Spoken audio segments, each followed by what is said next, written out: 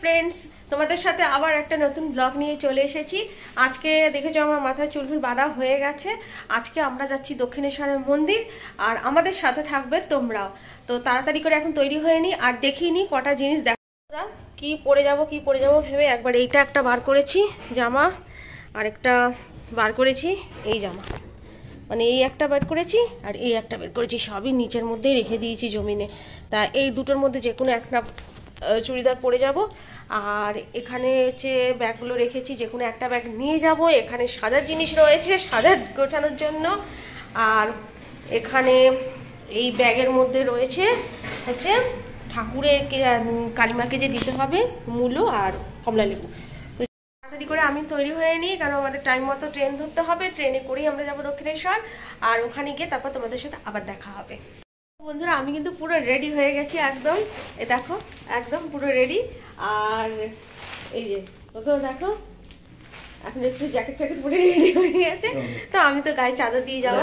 তো ওখানে গিয়ে তারপর তোমাদের সাথে দেখা হবে, কথা হবে। আসো আসো ওই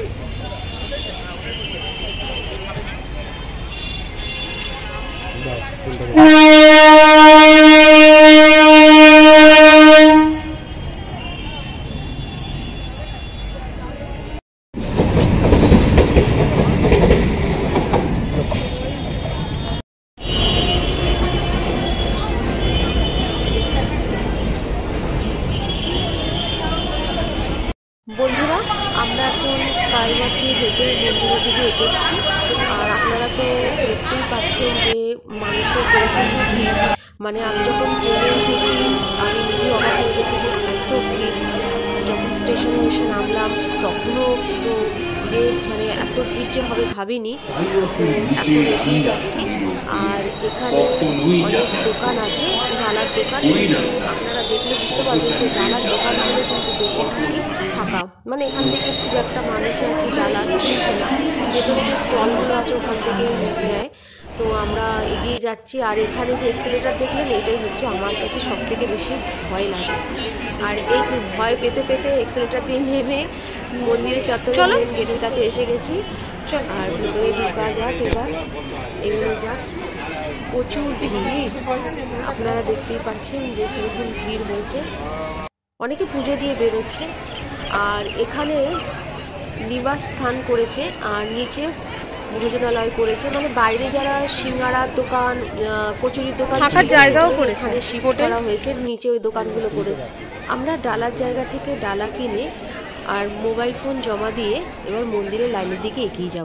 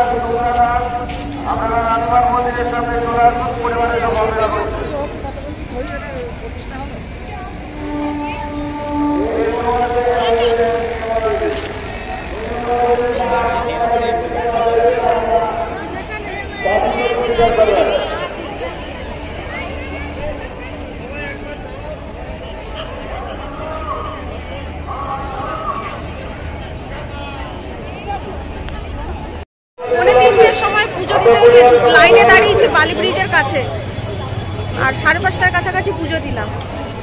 আর আমাদের সেই লাইন চলে গিয়েছিল বালি ব্রিজের কাছে একদম। আর ওখান থেকে লাইন দিতে চেকিংয়ের পর মন্দিরের ভেতরে ঢোকার পর দেখি যে 3টে লাইন হয়েছে। তো আমরা যে কোনো সবাই দৌড়ে দৌড়ে গিয়ে লাইনে দাঁড়াচ্ছে, তো আমিও দৌড়ে গিয়ে লাইনে দাঁড়িয়ে পড়েছিলাম। কিন্তু আমি যেই লাইনে দাঁড়িয়েছি সেখান থেকে একদম মাকে সামনাসামনি দেখা যাচ্ছিল।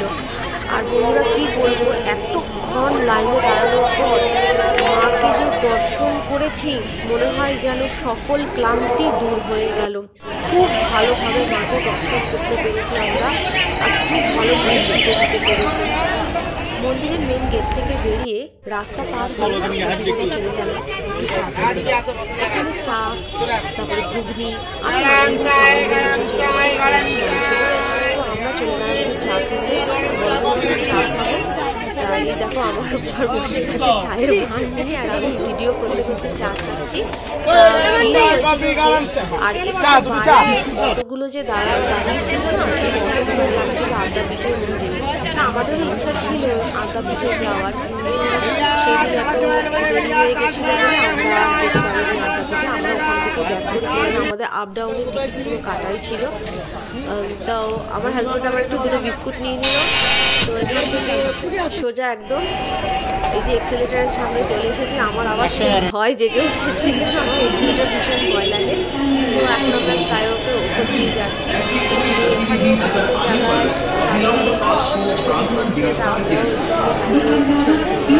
তো এখানে স্টলগুলো এখন দেখলাম যে বেশিরভাগ এখন স্টল না ডালা দোকান তুলে দিয়েছে, মানে ডালা যে বিক্রি করতো না সেটা তুলে দিয়েছে। আছে খুব কম সংখ্যক হয়তো ডালার দোকান রয়েছে, আর বেশিরভাগ এখন দেখলাম আচার নিয়ে বসেছে, বাচ্চাদের খেলনা নিয়ে বসেছে, তারপরে ঠাকুরের জিনিসপত্র নিয়ে বসেছে, বেশ ভালো ভালো জিনিস নিয়ে বসেছে। মানে এগুলোতে কি লোকের একটু ভিড় বাড়ছে। আর এই দোকান দেখতে দেখতে হঠাৎ করে একটা দোকানে আমার চোখ আটকে গেল। এখানে কি সুন্দর একটা গোপাল ঠাকুর বসে রয়েছে। গোপাল ঠাকুরকে দেখতে দেখতে আরও দোকানগুলো দেখতে দেখতে আমরা দুজনে এগিয়ে গেলাম স্টেশনের দিকে। আর বেশিরভাগ দোকানই কিন্তু বন্ধ ছিল।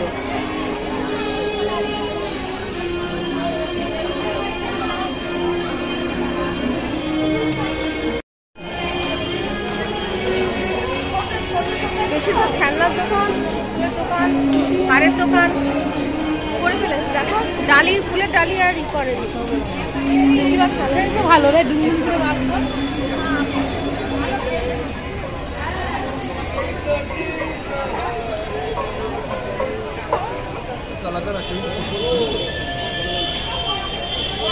বন্ধুরা স্কাইওয়াক দিয়ে হেঁটে যাচ্ছি, আর এখন তো ট্রেনে উঠবো।